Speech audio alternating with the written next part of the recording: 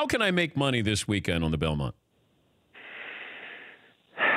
Well, I think you got to get a little creative because I don't think anybody's beaten Justify on Saturday, Dan. I just think that the mile-and-a-half race, and as far as my experience of handicapping and playing the horses for a long, long time, is that these distance races, these mile-and-a-half races, really become a half-mile journey. The first mile is to kind of gallop along and get position, and Justify will do just that with Mike Smith. Mike Smith is his pilot, breaking from post position 1, and then the last half mile is where history will be made, and I don't think that there's anybody that can run with them. I think the extra week will do Bob Baffert and Justify a world of good.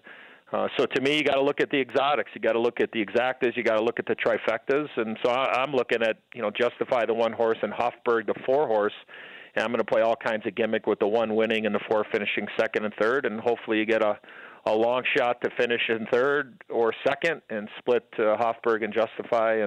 But I think there is going to be value. And look, I just talking to a lot of people, Dan, since the Preakness, I think a lot of people have jumped off the bandwagon of Justify. I think they feel that he's vulnerable. Wow. They feel like maybe if that last race, Bravazza was going to go by him, the horse that finished second at the Preakness. I'm not one of them.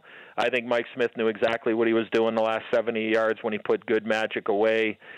So for me, you might look at what's wrong with making 90 cents on a dollar. I mean, there's really nothing wrong with that. People try to do that every day in the real world and down in Wall Street. So for me, if you can get 3 to 5 or 4 to 5 on Justify, I think that might be a heck of a wager. I saw this tweet by Darren Ravel from ESPN. The amount of money that goes uncashed when it comes to betting on, like if Justify wins the Triple Crown, there's going to be probably a couple $100,000 that goes uncashed because they want to keep their ticket. Has anybody ever done a story on just how much money has, just left there? And how long do I have before I can cash in that ticket? What's the time frame?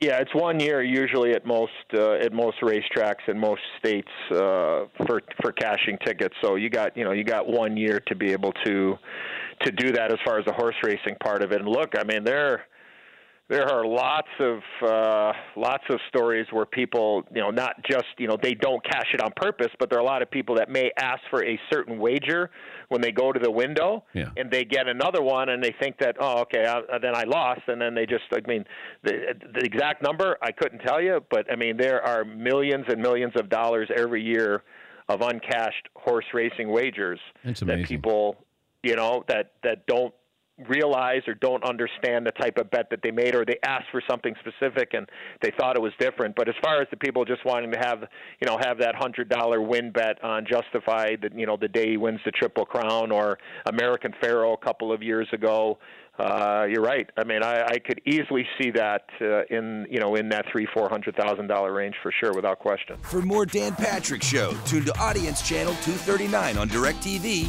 or download the Dan Patrick Show app.